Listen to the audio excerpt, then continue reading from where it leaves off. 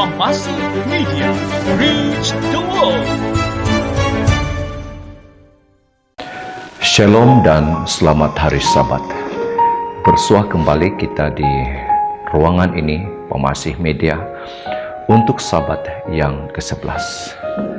Pada Sabat ini, kita akan membawa satu tema yang mana berkaitan dengan khotbah pembicara kita pada Sabat ini, yaitu tentang kedatangan Yesus yang kedua kali. Saya melihat beberapa perkongsian pada Sabat ini.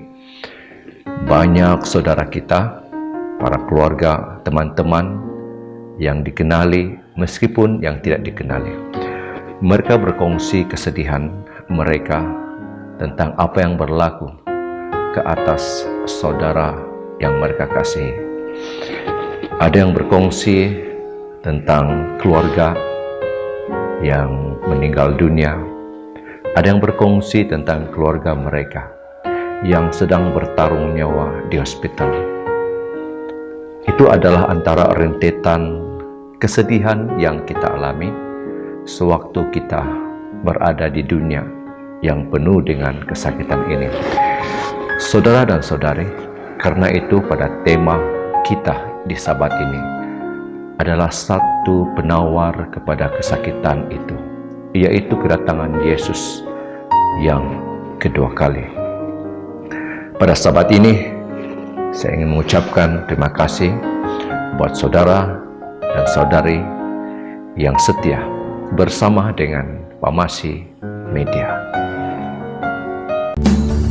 Siapkan hatiku Tuhan untuk dengar firman-Mu saat ini. Sujud menyembah-Mu Tuhan, masuk hadirat-Mu saat ini. Surahkan urapan-Mu Tuhan bagi jemaat-Mu saat ini. Ku siapkan hatiku Tuhan untuk dengar firman-Mu.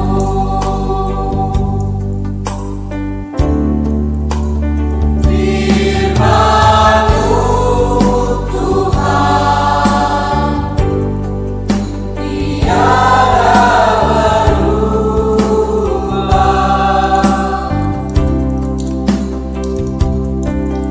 Dahulu, sekarang, selama-lamanya tiada berubah.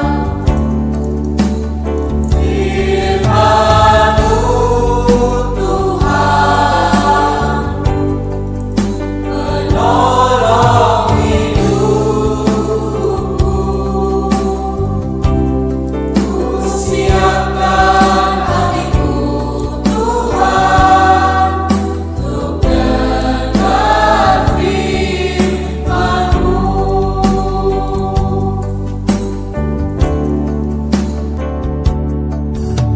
Sekali lagi saya ingin mengucapkan selamat hari Sabat buat Anda semua. Di mana juga Anda berada, bagaimana juga keberadaan kita. Semoga kita tetap diperkuatkan semangat senantiasa untuk mendepani kehidupan ini sebagai manusia biasa yang tidak sempurna. Kita melewati satu perjalanan yang masih jauh sambil kita menanti kedatangan Yesus yang kedua kali. Pada saat ini kita mengharapkan Tuhan senantiasa beserta dengan kita. Roh Kudus senantiasa menyentuh hati kita, membawa kita kepada kekuatan dari surga untuk kita mengatasi segala bentuk pencobaan dan kita dimenangkan. Sentuh hatiku merupakan tajuk lagu yang pertama yang merupakan lagu pujian di Kompasi Media untuk sahabat yang ke-11 yang akan dibawakan oleh True Echo. Saya mempersilakan True Echo, Sentuh Hatiku.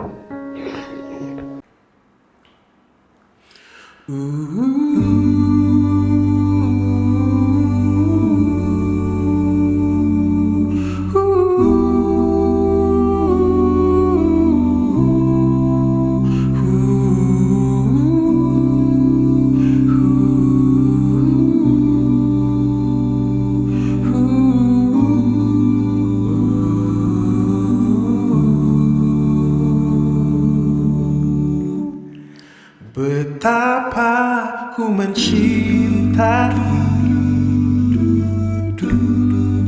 segala yang telah terjadi. Tak pernah sendiri jalani hidup ini, selalu menyertai. Betapa ku menyadari di dalam hidupku ini Kau selalu memberi rancangan terbaik. Oleh kerana kasih-Mu Bapa, sentuh hati, ubah hidup menjadi yang baru, bagai emas yang murni.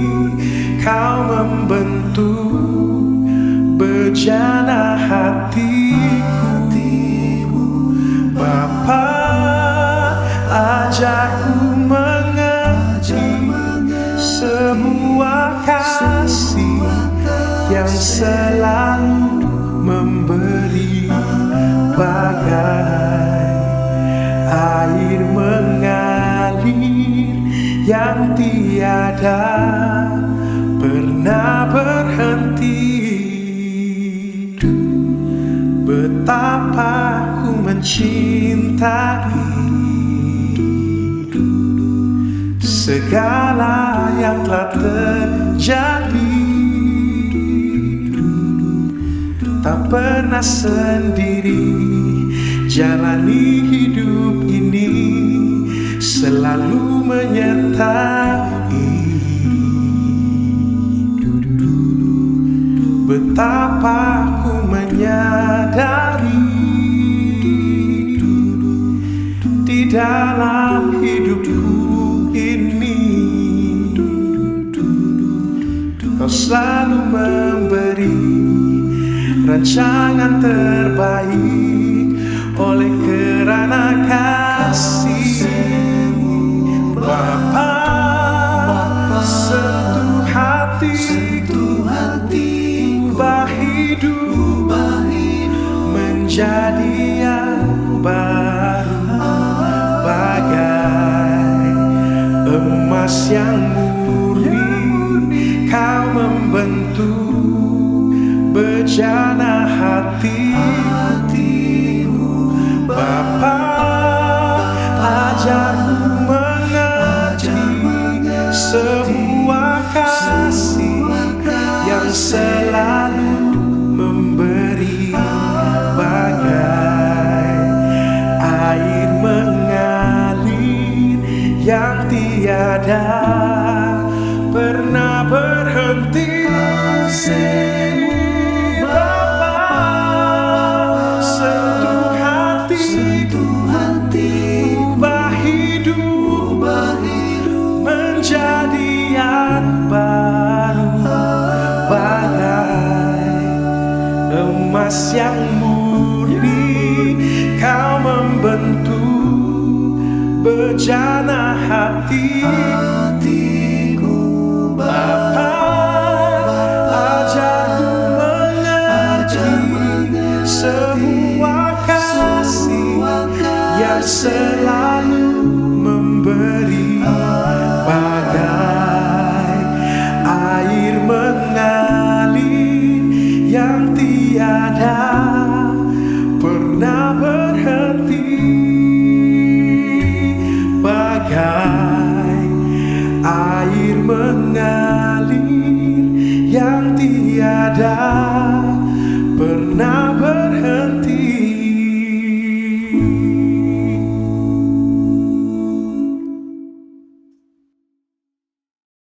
Janganlah gelisah hatimu.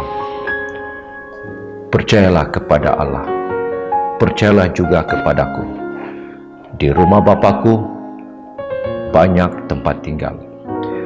Jika tidak demikian, tentu aku mengatakannya kepadamu, sebab aku pergi ke situ untuk menyediakan tempat bagimu. Dan apabila aku telah pergi ke situ dan telah menyediakan tempat bagimu, aku akan datang kembali dan membawa kamu ke tempatku, supaya tempat di mana aku berada, kamu pun berada. Yohanes 14 ayat 1 hingga 3. Inilah janji Tuhan, kedatangan Yesus yang kedua kali, bahwa Ia akan datang kembali. Melihat kepada segala kesusahan, kesedihan, ratap tangis yang kita lewati, kita merindukan suatu tempat yang tidak ada lagi kesedihan, yaitu surga. Tuhan akan datang lagi. Yesus akan datang ke dunia untuk membawa kita ke tempat di mana Dia sudah sediakan buat kita semua. Lagu yang akan kita nikmati, lagu-lagu pujian untuk Sabat ini, kali ini adalah dalam bentuk orkestra, dan saya mempersilakan kumpulan orkestra daripada Pemasih Media, rakaman yang telah dibuat semasa lawatan pelayanan Pemasih Media, Choir Belia, Gereja SD Puhus ke Gereja SD Lotong, Kota Marodo pada Sabat yang ke-10. Mari kita nikmati lagu pengharapan dalam bentuk instrumental. Dipersilakan.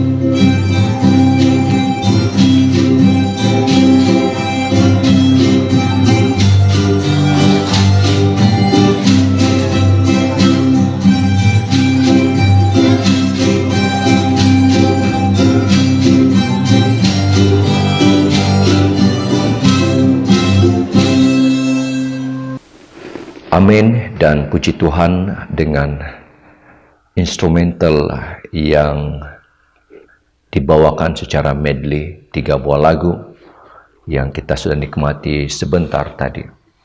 Di dalam Roma 12 ayat 12. Bersukacitalah dalam pengharapan, sabarlah dalam kesesakan, dan bertekunlah dalam doa. Mengimbas kembali permulaan pertemuan kita pada Sabat ini. Ramai saudara-saudara kita membawa kita untuk mendoakan seseorang yang sedang di dalam kesesakan, yang sedang di dalam kesakitan. Dan doa itu adalah satu pengharapan kita untuk terus bertekun, untuk terus berharap di dalam doa kita. Semoga mereka yang bersedih, yang kehilangan, yang sedang bertarung di dalam kesakitan pada saat ini, Anda punya penghiburan, pengharapan hanya di dalam Yesus Kristus. Lewat janji dan pengharapan, yaitu kedatangan Yesus yang kedua kali. Above all, di atas segala itu, kita ada sebab untuk bersyukur. Kita mempunyai sebab untuk bergembira. Karena segala sesuatu yang kita lalui di dunia ini, akhirnya untuk kita bersandar kepada Yesus senantiasa, kita mempunyai janji, hadiah, anugerah yang sangat istimewa, yaitu kehidupan kekal. Mari kita menang atas segala pergumulan ini. Mari kita menang atas segala kesesakan ini. Menanglah kita di dalam iman kita bersama Yesus Kristus. Three Angel, kumpulan yang akan melayani kita untuk lagu yang ketiga buat kita Sabat ini yang bertajuk Above All. Saya mempersilakan, dan lagu ini juga dinyanyikan semasa layanan lawatan pelayanan Kuaya Belia di gereja kita, Gereja SD Lotong, Kota Marudu. Oh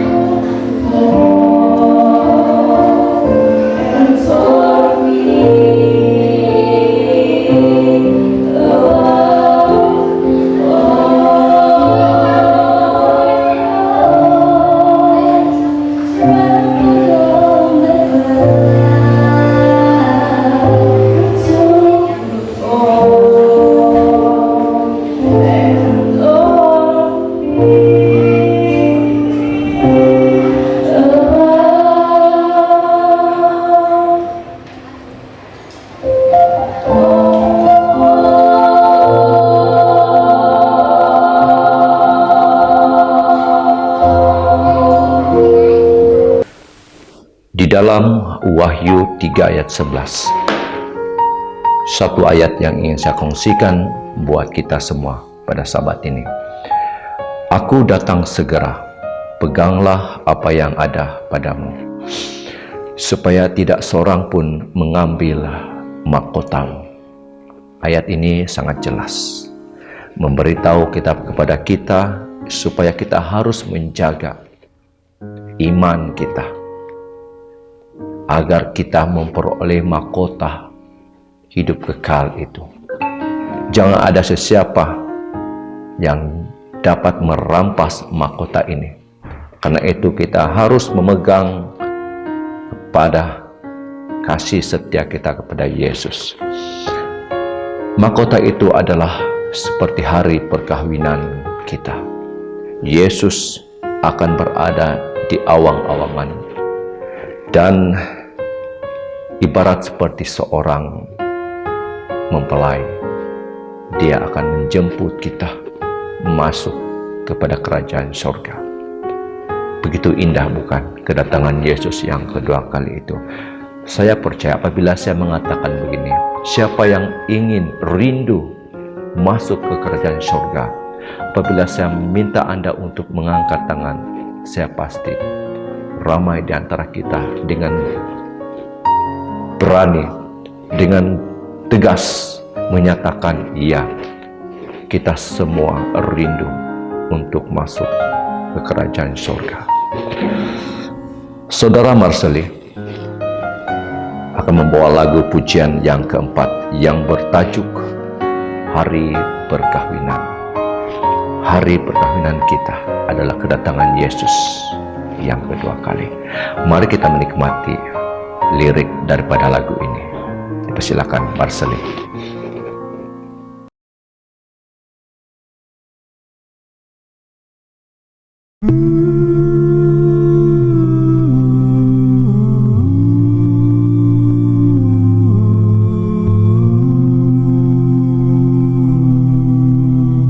Dalam renungan ku melihat sekeliling,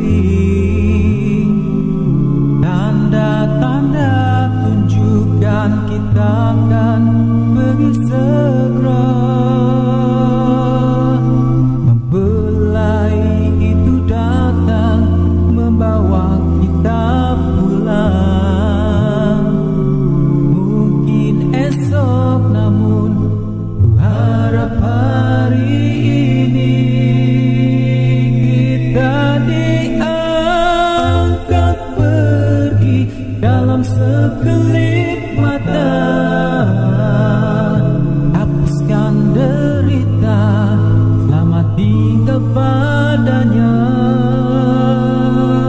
Kita diangkat pergi bila Bapa bernikah. Yesus jemput pengantinmu, hari di perkawinanmu.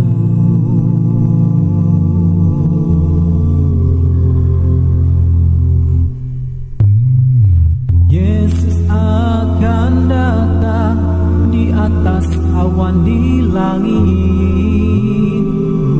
Dia akan berkata hello atau selamat tinggal. Oh, pastikan Anda bersedia untuk berjumpa dengannya. Kita terus berjuang, pertahan iman kita.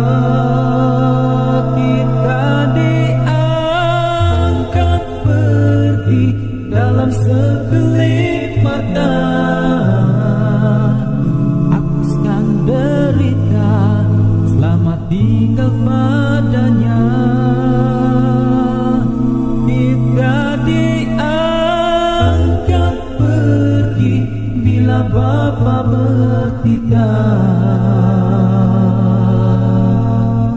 Yesus jemput pengantinmu, hari di perkawinanmu.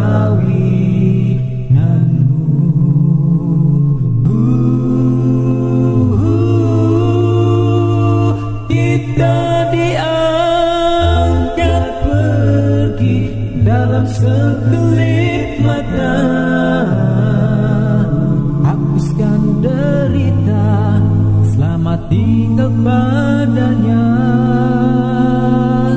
Kita diangkat pergi bila Bapa bertindak. Yesus jemput pengantinmu, hari diperkawinanmu.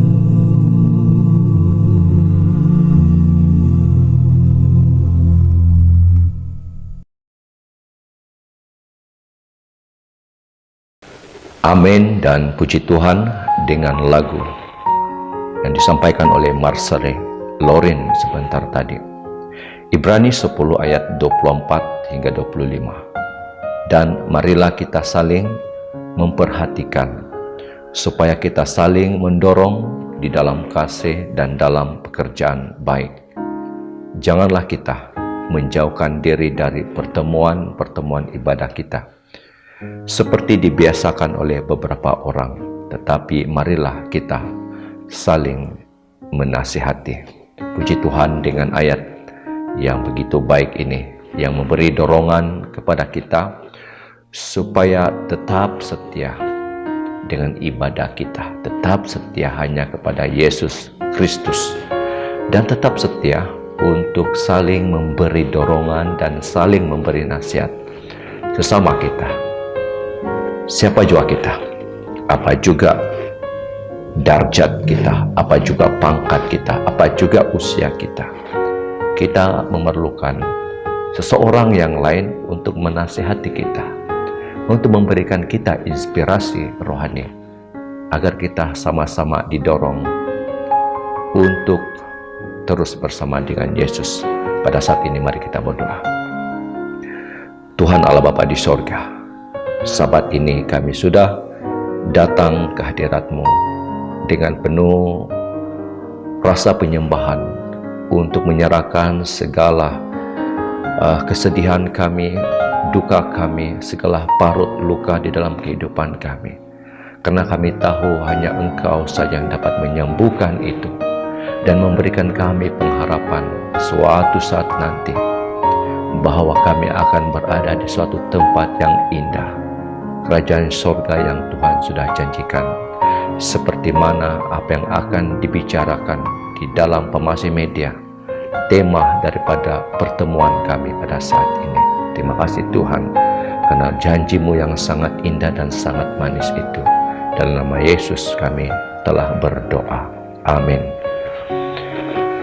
Saudara dan saudari, kita akan mendengar berita mission pada Sabat yang ke-11.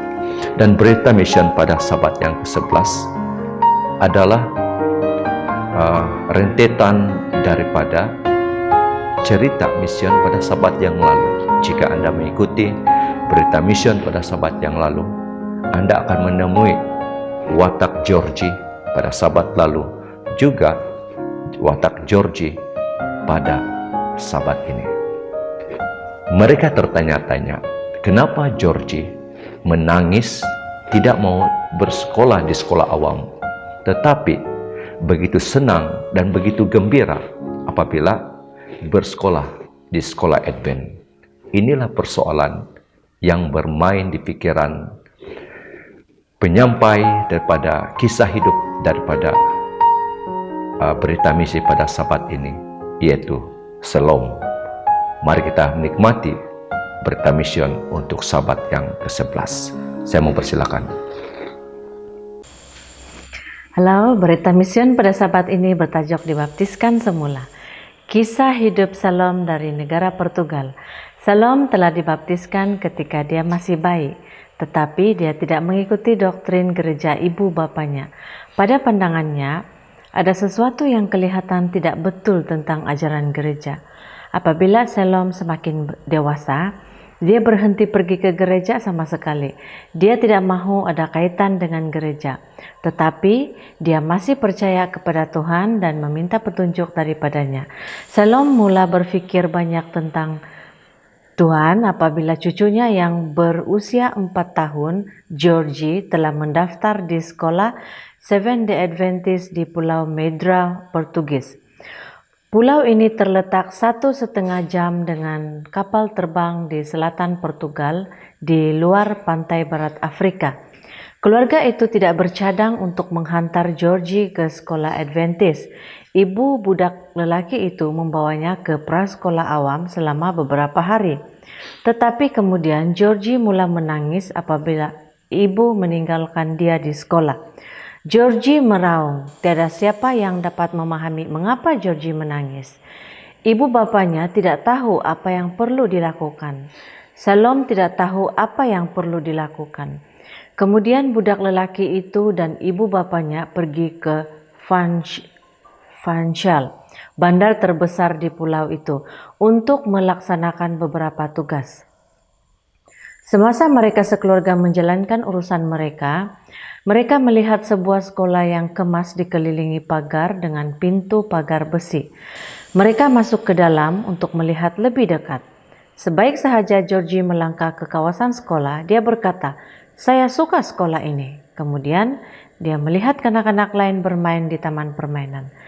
"Saya tidak mau pergi ke sekolah yang satu itu," katanya. Dia memandang ke arah ibu dan ayah dengan keazaman yang tinggi kelihatan di wajahnya. Menghentakkan kakinya ke tanah dan dia menjerit, "Saya tidak mau pergi ke sekolah yang satu itu." Oleh itu, Georgie telah didaftarkan di sekolah Adventist. Para guru membenarkan Salom menemani cucunya ke kelas untuk 2 bulan pertama untuk memastikan dia menyesuaikan diri dengan baik di sekolah. Salom menyukai sekolah itu. Dia suka guru-guru. Jelas sekali Georgie juga menyukai sekolah itu. Dia tidak pernah menangis atau meminta untuk pulang. Seorang pastor gereja Adventist yang mengadakan kelas Alkitab di tingkat 2 sekolah itu menjemput Salom untuk mengambil bahagian dalam pelajaran Alkitab. "Saya tidak kisah untuk mengadakan pelajaran Alkitab," jawab Salom. "Saya boleh pergi ke pengajian Alkitab pada bila-bila masa, tetapi saya tidak mahu dibaptiskan kembali." Dia tidak pergi ke pengajian Alkitab. Selepas beberapa lama, Georgie dan ibu bapanya mula menghadiri pertemuan doa setiap hari Rabu di sekolah. Kemudian ibu bapa itu mula mengambil pelajaran Alkitab. Melihat bahwa mereka sedang belajar Alkitab, Salom bersetuju untuk belajar Alkitab. Tetapi dia berkeras bahwa dia tidak mahu dibaptiskan kembali. "Saya telah dibaptiskan ketika saya dilahirkan," katanya. "Saya tidak perlu dibaptiskan lagi." Salom datang ke pertemuan untuk belajar Alkitab dengan seorang anggota gereja bernama Anna. Pada permulaan pembelajaran Alkitab yang pertama, Anna menundukkan kepalanya dan berdoa memohon kehadiran Tuhan. Pada akhir pembelajaran Alkitab, Anna bertanya, "Adakah Anda mahu berdoa lagi?" Salom menggelengkan kepalanya. Itu adalah pembelajaran Alkitab pertamanya. Dia mempunyai perasaan bercampur aduk tentang apa yang sedang berlaku. Anna mencadangkan untuk menyanyikan lagu. Salom bersetuju. Anna membuka sebuah lagu pujian dan mengangkat buku itu supaya dia dan Salom boleh menyanyi bersama-sama. Anna mula menyanyi, "Akulah tukang periuk, engkau tanah liat." Serta-merta Salom menangis. Dia coba, tetapi dia tidak boleh menyanyi sepatah pun. Terkejut, Anna berhenti menyanyi. Dia bangun dan memeluk Salom dengan erat. "Jangan menangis," katanya. Lagu itu sangat bermakna buat Salom. Dia menjelaskan bahwa lagu itu yang dipilih Anna secara rawak telah dimainkan pada upacara memperingati ibunya. Anna juga mulai menangis. Kedua wanita itu menangis bersama. Salom meneruskan pembelajaran Alkitab dengan Anna. Dia belajar tentang contoh pembaptisan Yesus dengan cara diselamkan. Dia melihat bahwa Alkitab tidak mengajarkan pembaptisan bayi. Dia juga pergi ke pertemuan doa bersama cucunya dan ibu bapak cucunya. Kemudian ibu bapak cucunya ini mengumumkan bahwa mereka merancang untuk dibaptiskan. 2 minggu sebelum pembaptisan, Selom memanggil Ana. "Saya mahu bercakap dengan pastor," katanya. Ana meneka apa yang ada dalam pikiran Selom. "Adakah Anda mahu melakukan apa yang saya pikir Anda mahu lakukan?" dia bertanya. Pastor itu terkejut bahwa Selom ingin dibaptiskan setelah begitu berkeras tidak mahu dibaptis kembali. Dia mencadangkan agar Selom mengambil masa untuk membuat keputusan. Selom memberikan hatinya kepada Yesus dalam pembaptisan 5 bulan kemudian. Hari ini Selom melayani di Jabatan Pelayanan Wanita di Gereja Adventist. Bapak Georgie ialah seorang elder gereja dan ibunya seorang diakonis.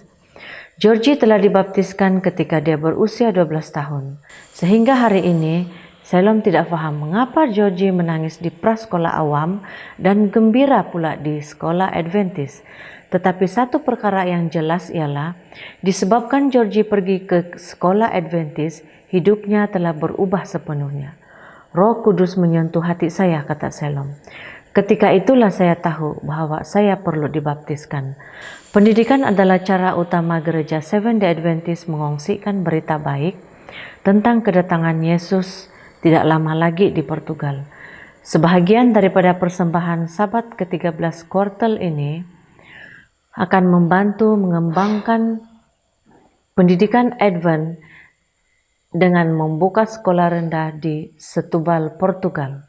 Terima kasih karena merancang persembahan yang murah hati.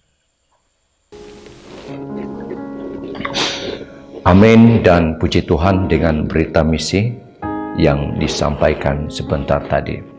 Ya, saya terlupa untuk memperkenalkan penyampai kita, yaitu Puan Miss Kelly Somboton, yaitu istri saya sendiri.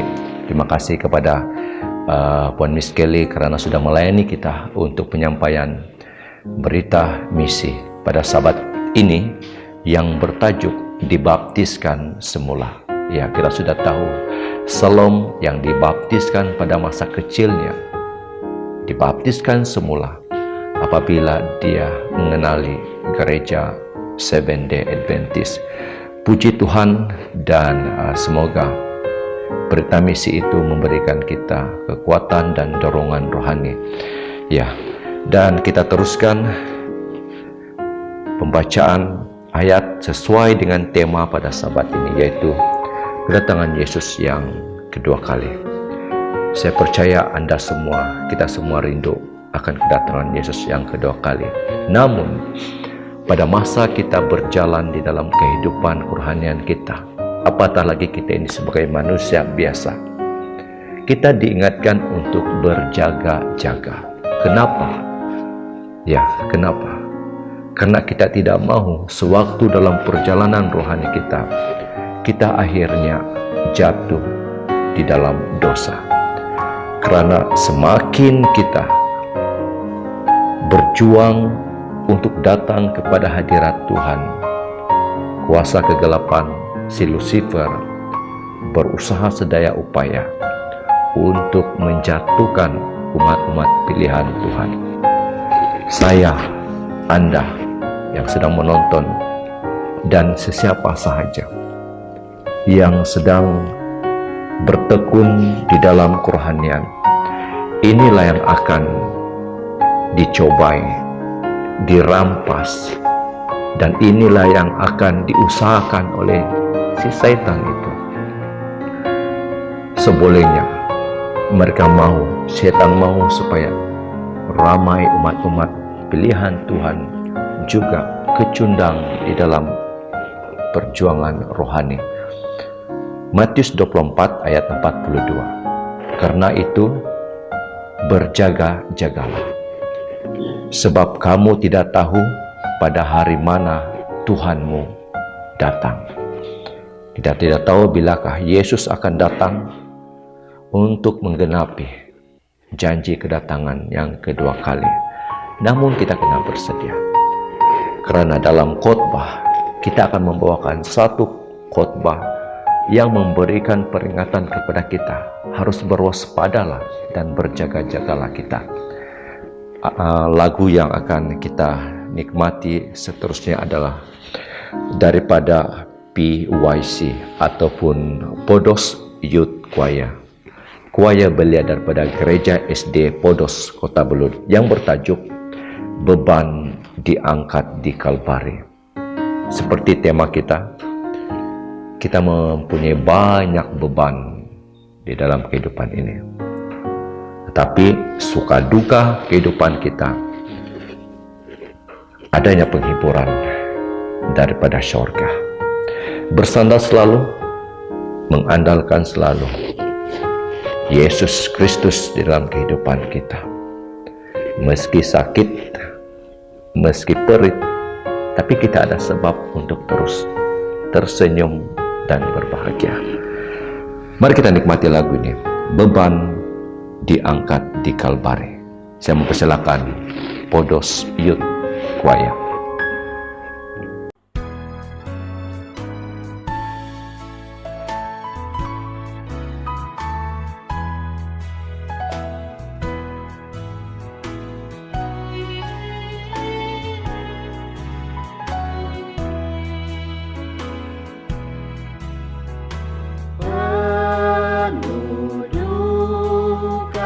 Hidup ini hati sunyi sepi, disalib beban pun diangkat, Yesus selalu dekat. Disalib beban pun diangkat, disalib, disalib, disalib beban pun diangkat, Yesus selalu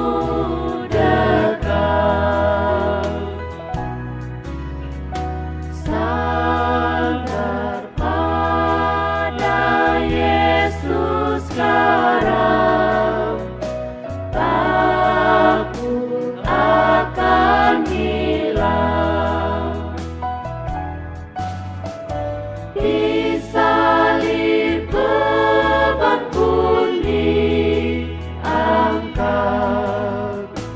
Yesus selalu dekat. Disalib beban pun diangkat, disalib, disalib, disalib beban pun diangkat, Yesus selalu dekat.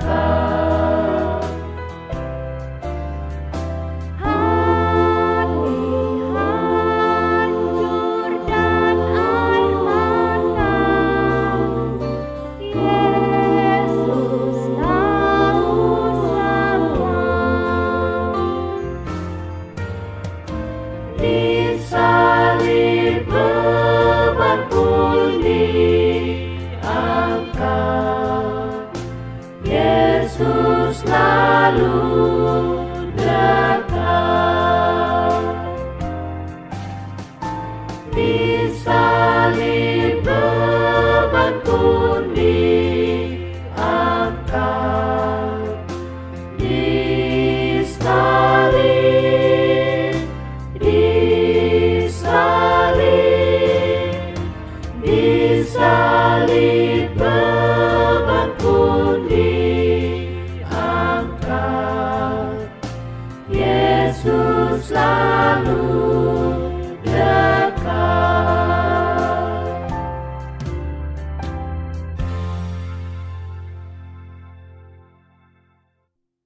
Amin dan puji Tuhan. Ya, di rangka pertama lagu ini, penuh duka hidup ini. Ya, penuh kesakitan hidup ini. Tapi semua beban kita akan diangkat di Kalvari. Bersabarlah dan bertekunlah. Berjaga-jagalah. Sampai saat Maranatha. Kita mau semua kita boleh masuk di dalam kerajaan sorga. Pada saat ini, saya akan membawa kita semua sekali lagi di dalam doa. Tuhan di sorga, siapkan hati kami Tuhan untuk mendengar firman melalui hamba-Mu yang sudah Engkau utus memberikan firman pada Sabat ini. Pada Sabat ini kami diingatkan untuk berwaspada, berjaga-jaga. Biarlah kami senantiasa diingatkan akan perkara ini yang sangat penting ini. Meski apa yang kami lalui, kami percaya di akhir daripada kesakitan, kesulitan ini, kami menerima mahkota kehidupan kekal. Terima kasih, sertai kami sehinggalah kami dapat memahami, mentafsir firman ini menjadi kekuatan rohani kami. Dalam nama Yesus kami sudah berdoa. Amin. Pada Sabat ini kita akan mendengar satu perkongsian firman Tuhan yang akan disampaikan oleh seorang hamba yang sudah sudi menerima pelawaan untuk menyampaikan khotbah pada Sabat ini. Dan nama penuh pembicara kita pada Sabat ini adalah Pastor Clario Taipin Gadoit yang berasal daripada kampung Tiongsom Baru, Tamparuli.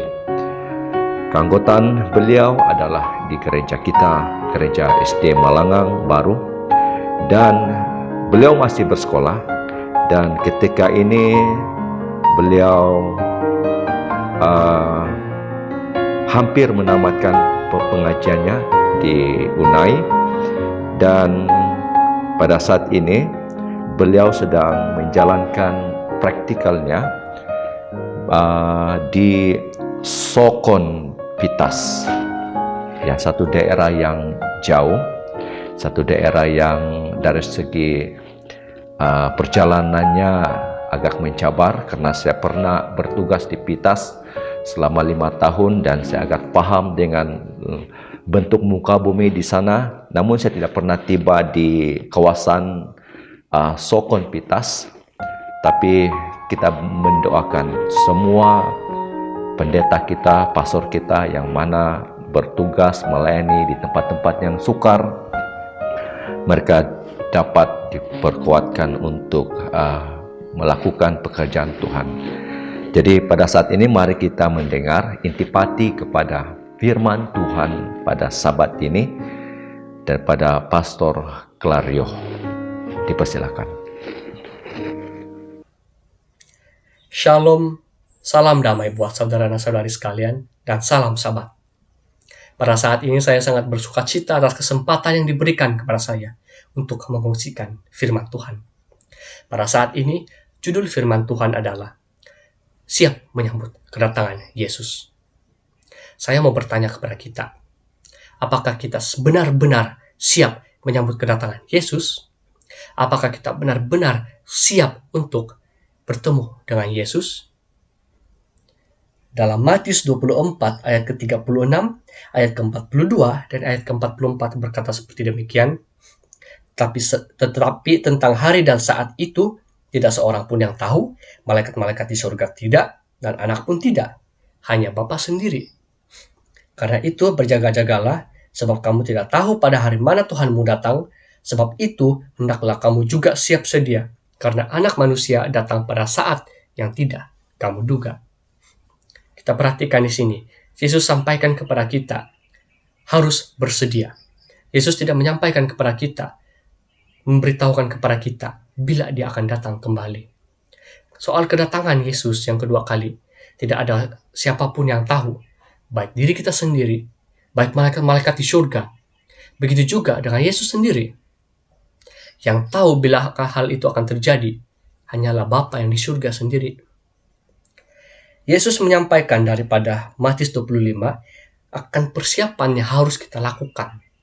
Dan pada saat ini kita hanya akan memberikan penekanan kepada persiapan yang ada disebutkan dalam Matius 25 ayat 1 hingga ayat yang ke-13.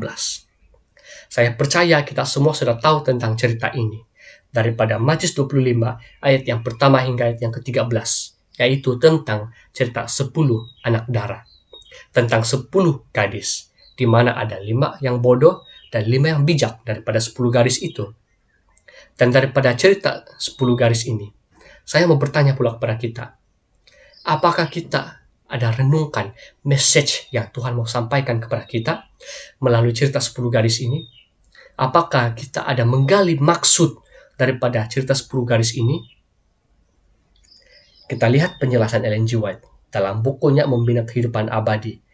Di dalam Matius 25 ayat 1 hingga ke-13, Yesus menceritakan sebuah kisah kepada murid-muridnya tentang 10 anak darah.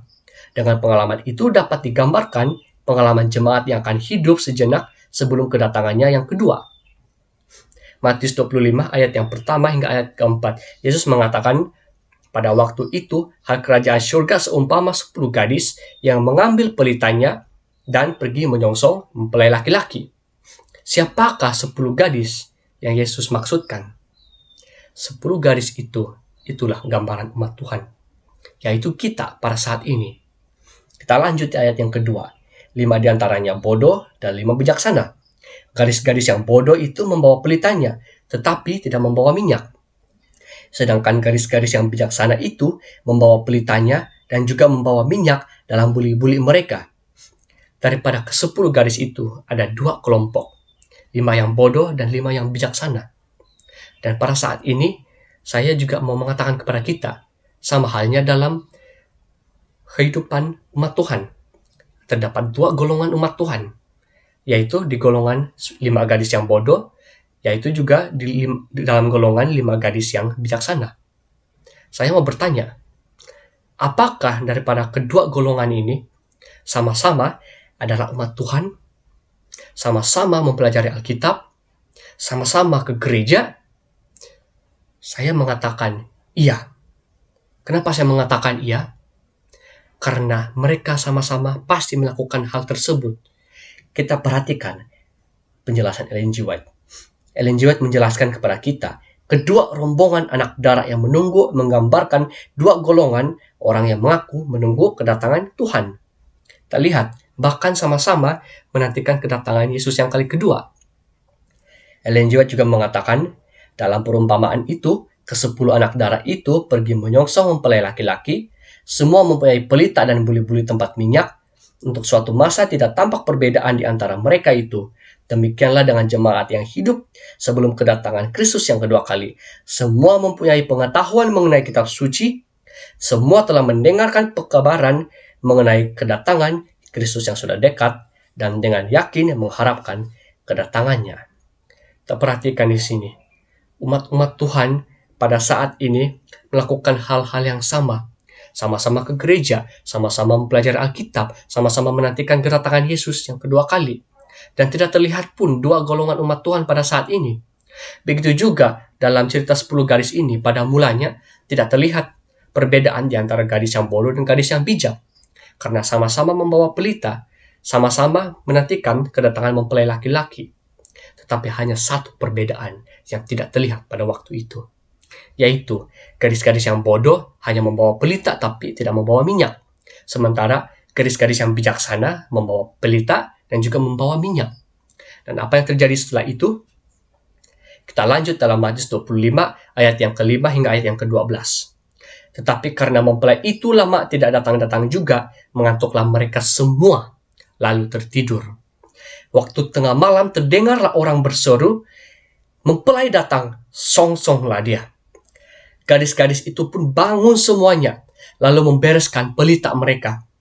Gadis-gadis yang bodoh berkata kepada gadis-gadis yang bijaksana, "Berikanlah kami sedikit dari minyakmu itu, sebab pelita kami hampir padam." Tetapi jawab gadis-gadis yang bijaksana itu, "Tidak, nanti tidak cukup untuk kami dan untuk kamu. Lebih baik kamu pergi kepada penjual minyak dan beli di situ." Akan tetapi, waktu mereka sedang pergi untuk membelinya, datanglah mempelai, dan mereka yang telah siap masuk bersama-sama dengan dia ke ruang perjamuan kawin. Lalu pintu tertutup. Kemudian datang juga gadis-gadis yang lain itu dan berkata, "Tuan, Tuan, bukakanlah kami pintu." Apa yang mereka dapat? Tetapi ia menjawab, "Aku berkata kepadamu, sesungguhnya aku tidak mengenal kamu." Kita lihat di sini, penangguhan yang terjadi sewaktu 10 gadis itu menantikan kedatangan mempelai, membuat mereka tertidur. Dan sudah pasti, pelita mereka akan terus menyala, dan minyaknya itu akan secara berangsur menjadi habis. Kemudian datanglah suara yang mengatakan, "Mempelai datang, song-songlah dia." Gadis-gadis itu bangun, dan dari sana terlihat perbedaan di antara 5 gadis yang bodoh dan yang bijaksana itu. 5 gadis yang bodoh, pelita mereka hampir padam. Sehingga mereka minta agar mereka diberikan sedikit minyak daripada 5 gadis bijaksana, tetapi mereka tidak diberikan. Dan apa yang terjadi? Gadis-gadis yang bodoh itu meminta agar pintu dibuka semula untuk mereka, supaya mereka juga dapat sama-sama masuk ke ruang perjamuan kawin. Tetapi jawaban apa yang mereka dapat? Mereka hanya mendapatkan suara yang mengatakan, "Aku tidak mengenal kamu." Ellen G. White menjelaskan, tetapi seperti dalam perumpamaan itu, demikian pula keadaannya sekarang. Terjadi suatu penangguhan, iman diuji. Bila mana seruan terdengar, mempelai datang, song-songlah dia. Banyak orang yang tidak bersedia. Mereka tidak mempunyai minyak dalam buli-bulinya dan dalam pelitanya. Mereka miskin akan Roh Kudus. Ellen G. White juga mengatakan, golongan yang digambarkan anak-anak darah bodoh bukan orang-orang munafik. Karena mereka menghormati kebenaran. Mereka telah membela kebenaran itu. Mereka juga tertarik kepada orang yang percaya kepada kebenaran. Hanya satu yang kurang. Tetapi mereka belum menyerahkan diri kepada pekerjaan Roh Kudus. Inilah yang dimaksudkan daripada ayat yang ketiga. Gadis-gadis yang bodoh membawa pelita tetapi tidak membawa minyak. Ellen G. White mengatakan, pelita menggambarkan firman Allah. Sementara minyak menggambarkan ataupun lambang dari Roh Kudus. Kita lihat lagi penjelasan Ellen G. White. Tanpa Roh Allah, suatu pengetahuan mengenai firman Allah adalah sia-sia belaka. Teori mengenai kebenaran yang tidak disertai oleh Roh Kudus tidak dapat membangunkan jiwa atau menyucikan hati. Orang bisa mengenal perintah serta janji-janji Alkitab, tetapi kecuali Roh Allah menempatkan kebenaran itu di dalam hati, tabiat itu tidak akan berubah. Tanpa penerangan Roh, manusia tidak dapat membedakan kebenaran dari kepalsuan, dan mereka akan jatuh di bawah pencobaan-pencobaan lihai setan. Golongan-golongan umat Tuhan yang digambarkan oleh 5 gadis bodoh ini bukan orang munafik. Karena apa? Sama seperti 5 gadis yang bijaksana. Golongan manusia yang digambarkan oleh 5 gadis yang bijaksana sama-sama melakukan hal yang sama. Mempelajari Alkitab, sama-sama adalah umat Tuhan, sama-sama ke gereja. Tetapi hanya satu perbedaan. Mereka yang digambarkan di dalam golongan 5 gadis bodoh tidak menyerahkan hidup kepada Roh Kudus, tidak memberikan diri mereka kepada pekerjaan Roh Kudus, tidak mau dipimpin Roh Kudus, tidak mau mendengarkan suara Roh Kudus. Ellen G. White mengatakan mereka belum jatuh ke atas batu, yaitu Yesus Kristus, dan membiarkan sifat-sifatnya yang lama itu hancur. Mereka menerima Kristus, tetapi tidak mengizinkan tabiat lama ataupun sifat lama itu ditanggalkan, sehingga tabiat yang lama masih menjadi sebagian dalam hidup seseorang itu. Ellen G. White mengatakan golongan ini juga dilukiskan oleh para pendengar yang mempunyai hati tanah yang berbatu. Mereka menerima firman itu dengan rela, tetapi mereka gagal melaksanakan prinsip-prinsipnya. Pengaruhnya pula tidak tertanam. Matius 13 ayat 20 hingga ayat ke-21 menjelaskan kepada kita, benih yang ditabur di tanah yang berbatu-batu adalah orang yang mendengar firman itu dan segera menerimanya dengan gembira. Tetapi ia tidak berakar dan tahan sebentar saja. Dan apa yang terjadi kemudian? Apabila datang penindasan dan penganiayaan karena firman itu, orang itu segera murtad. Orang-orang seperti ini, mereka menerima dan mempelajari dan menerima kebenaran itu. Namun, pengaruh daripada kebenaran firman Tuhan tidak masuk ke dalam hati mereka. Tidak tertandam dalam hati mereka. Hanya ada di kulit saja. Oleh karena apa? Oleh karena tidak ada Roh Kudus yang bekerja dalam diri mereka. Mereka tidak menyerahkan kehidupan kepada pekerjaan Roh Kudus. Roh itu bekerja atas hati manusia sesuai dengan keinginan dan persetujuannya untuk menanam dalam dirinya suatu keadaan yang baru. Tetapi golongan yang digambarkan oleh anak-anak darah yang bodoh merasa puas dengan pekerjaan yang dangkal. Mereka tidak mengenal Allah, mereka tidak mempelajari tabiatnya, mereka tidak mengadakan hubungan dengan Dia. Oleh sebab itu, mereka tidak tahu bagaimana untuk percaya, bagaimana untuk memandang dan hidup. Anak darah yang bodoh mengembangkan orang-orang yang belajar tentang karakter Yesus, namun tidak menghidupkan apa yang mereka pelajari itu dalam kehidupan mereka. Belajar tentang Yesus, tetapi tidak menghidupkan karakter Yesus dalam kehidupan mereka. Mereka masih lagi berada dalam kehidupan duniawi. Karena apa? Karena sifat lama, tabiat lama mereka tidak ditanggalkan, tidak dihancurkan. Hanya kelihatan menjalankan ibadah, tetapi pada hakikatnya masih dalam keadaan kehidupan duniawi. Mereka memungkiri kekuatan itu.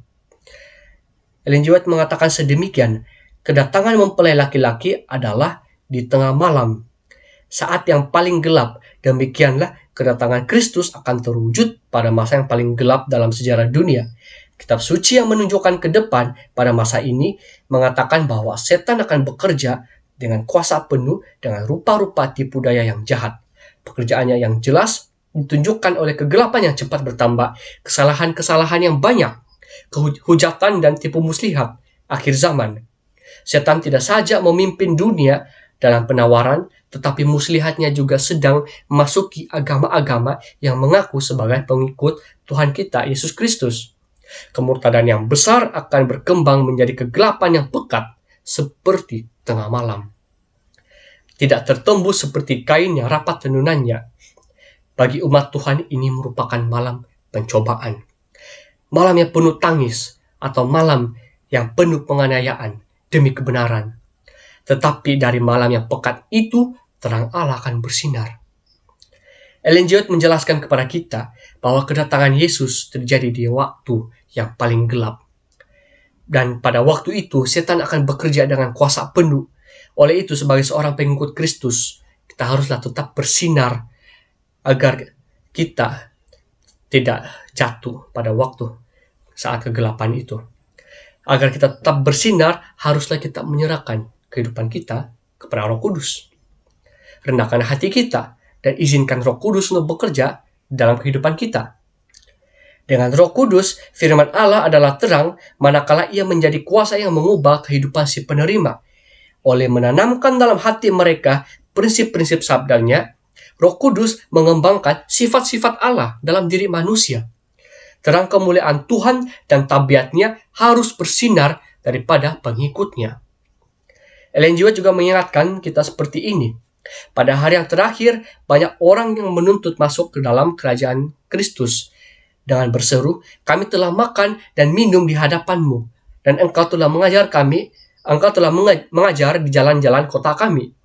Tuhan, Tuhan, bukankah kami bernubuat demi namamu?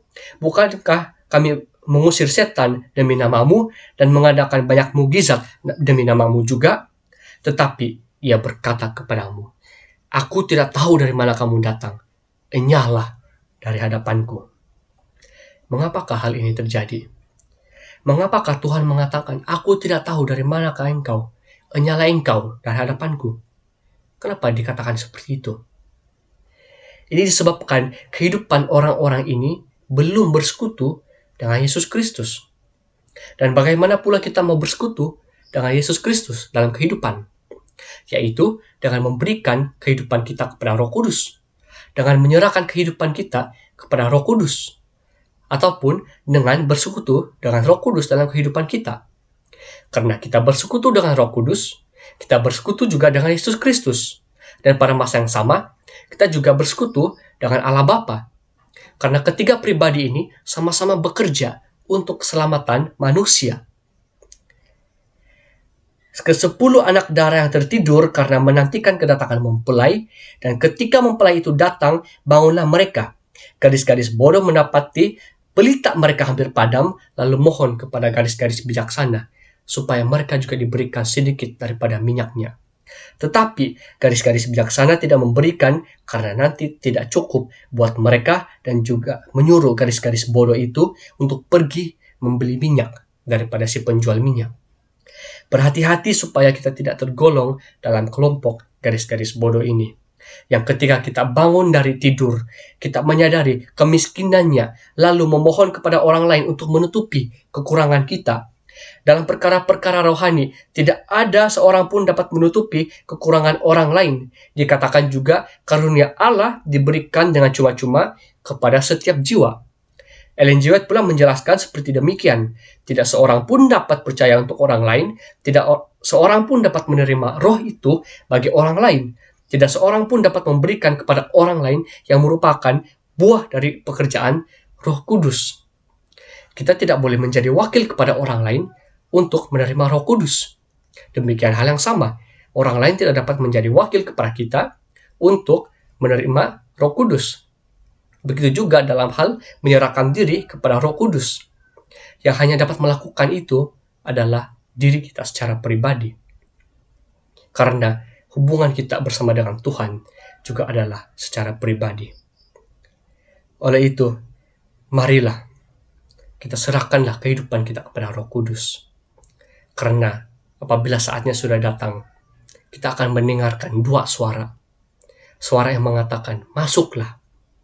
Ataupun suara yang mengatakan, aku tidak mengenal kamu. Kira-kira suara mana akan kita dengarkan? Itu tergantung kepada penyerahan kita akan pekerjaan Roh Kudus.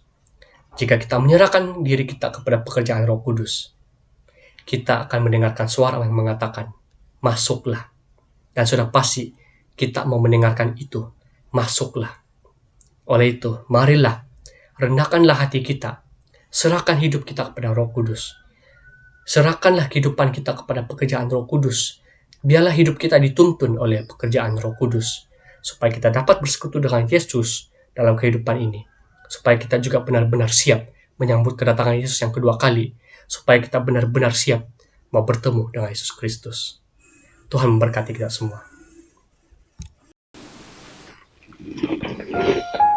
Amin. Dengan firman Tuhan yang sudah dikongsikan buat kita semua pada Sabat ini, kita sudah diberkati dengan firman ini, dan biarlah kita menjadi penanti kedatangan Yesus yang kedua kali yang bijaksana.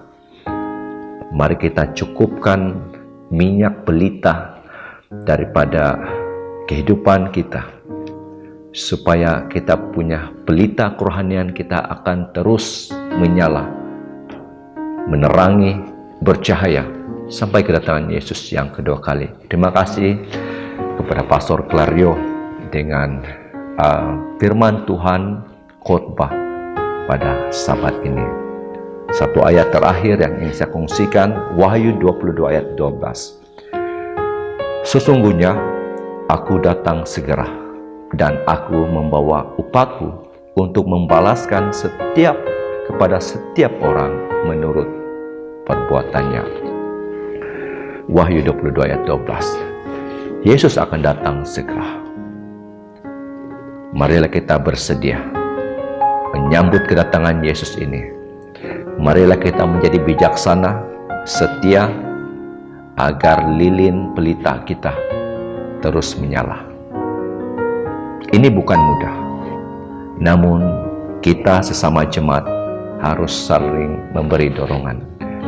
Kita memerlukan pelayan-pelayanan Tuhan, para pastor, kita memerlukan sahabat, kita memerlukan saudara kita untuk memberikan kita semangat dorongan untuk menjadi setia pemenang kepada perlumbaan iman ini. Seperti lagu yang terakhir ini yang akan disampaikan oleh United Acapella. Seingat saya lagu ini saya sudah ulang siar sebanyak ini kali keempat kalau saya tidak silap, ya kali keempat. Dan saya mohon kepada United Acapella yang berasal daripada Kota Marodo, jika ada video yang baru boleh diusahakan untuk sama-sama dikongsikan terus di siaran di ruangan Pemasih Media ini yang bertajuk Bersedialah. Sesuai dengan tema kita, kedatangan Yesus yang kedua kali, seperti juga khotbah Pastor Clario pada saat ini. Mari kita bersedia. United Acapella, saya mempersilakan.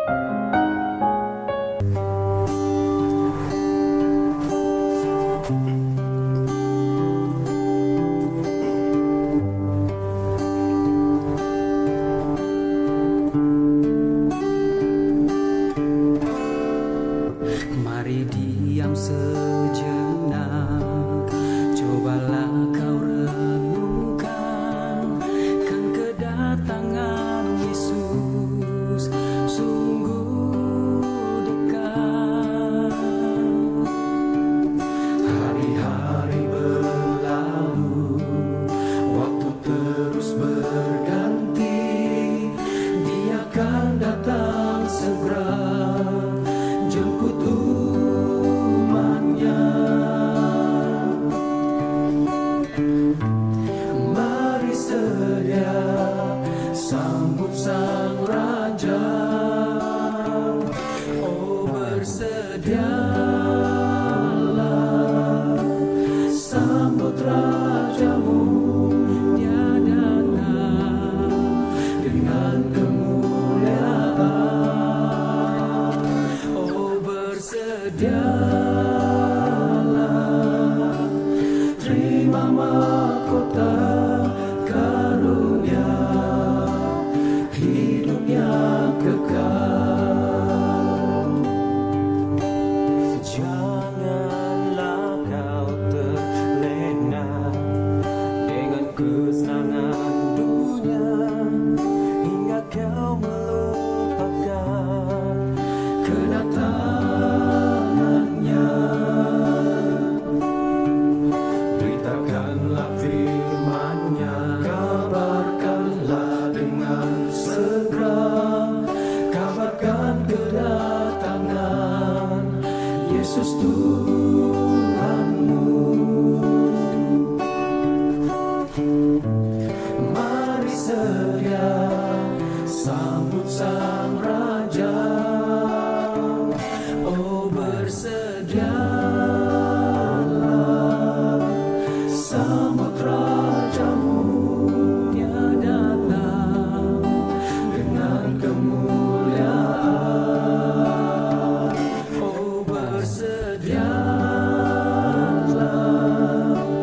terima mahkota karunia, hidup yang kekal. Sekaranglah waktunya bersedia sambut Sang Raja.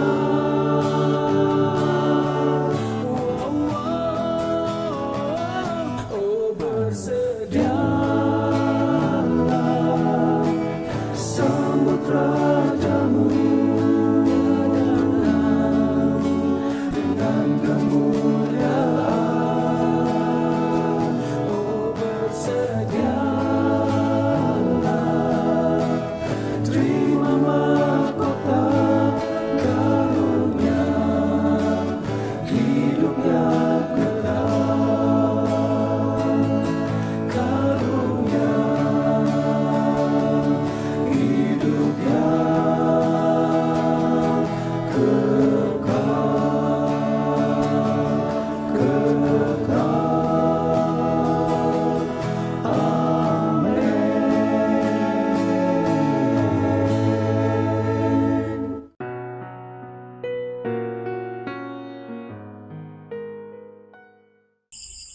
Mari kita berdoa.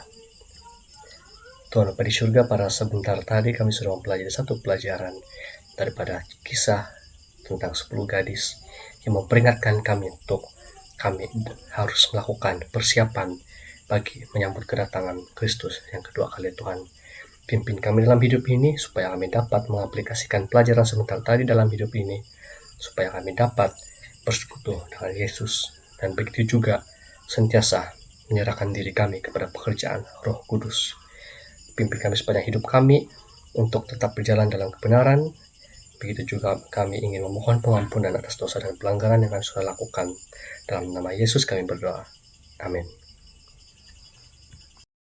Amin dan puji Tuhan. Ya, segala apa yang kita sudah nikmati di Pemasih Media pada Sabat ini, dengan penuh kerendahan hati, semoga memberi impak rohani yang baik buat kita semua. Saban waktu kita memerlukan air, saban waktu setiap saat kita memerlukan napas.